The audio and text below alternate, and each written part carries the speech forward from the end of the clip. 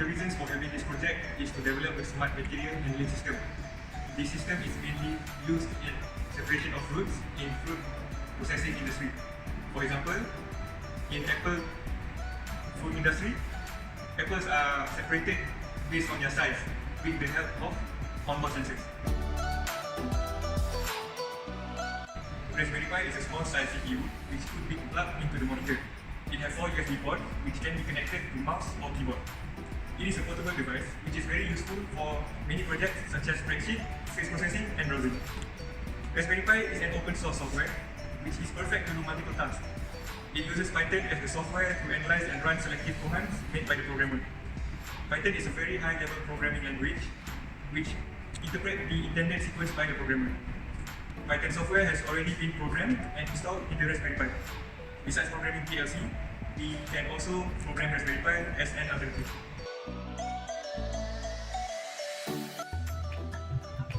So now I will introduce to you about the circuit connection of the projects. For the relay and the solenoid, the red wire color will go to the 24 volt of the PLC, while the black color wire will go to interface circuit, which is here. And as for the sensor, the brown color wire will also go to the 24 volt of the PLC, and the blue color will go to 0 volt of the PLC, which is here. And the black wire will go to the potential divider, which is here and will be discussed later. So this is our overall connection of the project.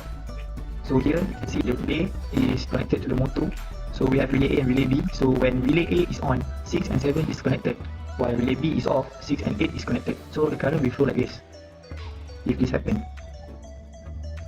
So the motor will be rotated clockwise direction.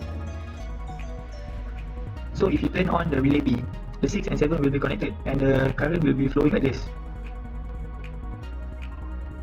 which leads to the motor turn into a counterclockwise direction. So this is our relay circuit diagram. So the relay A is connected to the interface circuit, which have the transistor and the resistor, and also goes to the GPIO of the Raspberry Pi. So when the GPIO send an output, the current will be flow in a complete circuit, so that the relay A will be function. So if the GPIO is not send any output, it will have incomplete circuit. So the relay A is not function. So here is the solenoid. Basically, it's just the same as the relay. So this is the double acting cylinder. Here is the valve which will supply the air pressure. This is the initial condition. So when it's turned on, the pressure will go here and then push the piston to go out. And when it turns off, the pressure will go back to here, which will lead to the piston goes in back. This is our single acting cylinder. The difference that we can spot is that it has a spring here which will help the pistons to return to its original position, which is here. So the concept is just same as our double acting cylinder, like this. So this is our potential divider looks like, with the sensor A for the black color wire are connected here. This is the CAT 10K resistor, this is 2.2K and 1K resistor. The wire is connected to GPIO 7, which have the voltage of 3.0423 volt, so that it will not damage the Raspberry Pi and the reading of the sensor will be more stable. And this is how we connect the humidity sensor, and this is the 4.7K resistor. So that's all for me. Now let us see about the coding. So first of all, we need to import the required libraries and functions. So you can see we import the RPI.gpi as a GPIO for GPI control, importing the ADA fruit DST for the humidity sensor. From time we import sleep for the sleep function. For our system we import exit for the exit function, and for the declaration we declare the pistons and 2 proximity sensor, one left and one is right, and DST pin, which is the humidity sensor, and relay A, relay B, and relay A is the clockwise and counterwise controlling, and relay B is controlling the on-off motor, and we have one switch here, black switch. And for the import and output setting, we set the pistons and the relay as the output, while the proximate sensor and switch as the input. As the preparation, we first make the pistons all to extend out, which is here shown the GPIO high for all the pistons. And if the black switch is true, it means when it's pushed, the humidity sensor will be work on and will print the temperature, while the relay A is on and the relay B is low, which means it's moving from left to right counterclockwise. And if the proximity sensor is false, the relay A is off, it means the conveyor will be stopped, and the top left piston will be retract and extend, and the bottom left piston will retract and extend. This function is for the one ball to drop, and it will be continue until a 3 ball is dropped. As you can see, after the 3 ball is dropped, it will print 3 ball is dropped and 5 ball is remaining. and the relay A is high, it means it will move on, and it move on continue from left to right counterclockwise.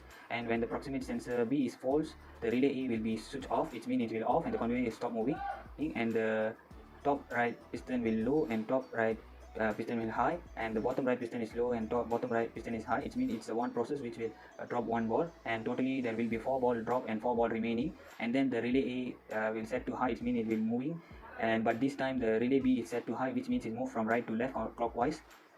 And if the proximity sensor A falls, the relay A will be low, it means the conveyor will off, and the relay B is low, it's move to the left to right, but it's set to left to right, and the piston top left will be low and the high, and the bottom left will low and high, which is a one function, will make a 1 ball adding, which means the 5 ball will drop and 3 will be remaining.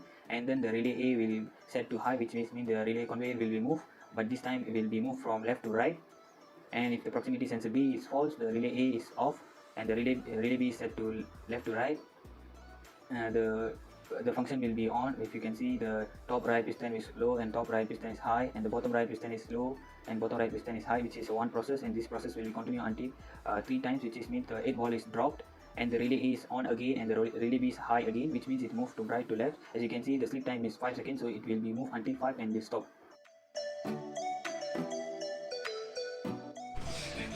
So basically this is the box that we have made for our project. So before I start, I want to talk about the materials that we use to make this box. First of all, we use the leftover cardboard to make the box. Then we use the used can rings to make the metal detector. Besides, we use the plastic wrapper, clear plastic wrapper, so we can see the balls going inside the box.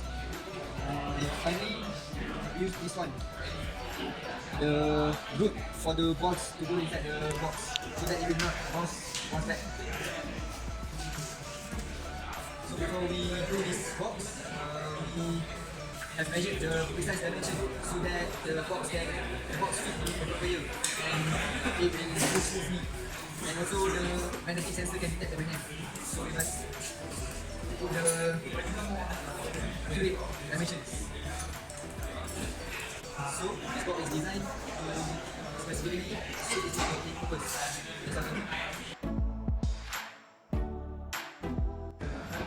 So the apparatus that we use in our project is, the first one is Raspberry Pi 3 model B+.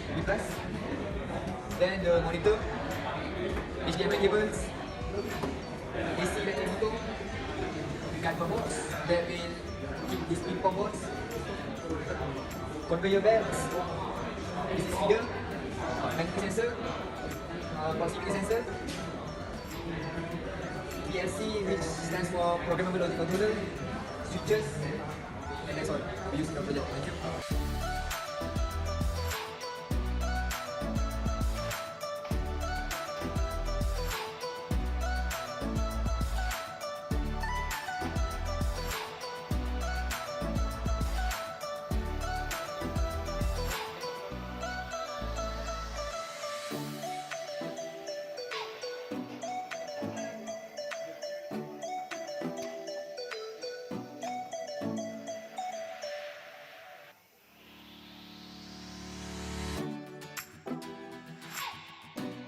First and foremost, the balls are dropped into the feeder. The feeder is closed so that the balls won't bounce off.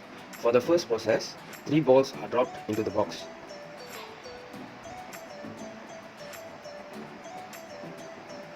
So next, the conveyor belt will move to the right to pick up another ball from the second feeder.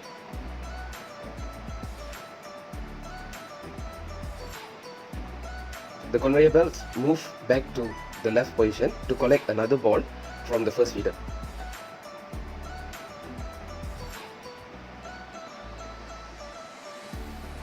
Then the conveyor belts move back to the right second feeder to collect the remaining 3 balls.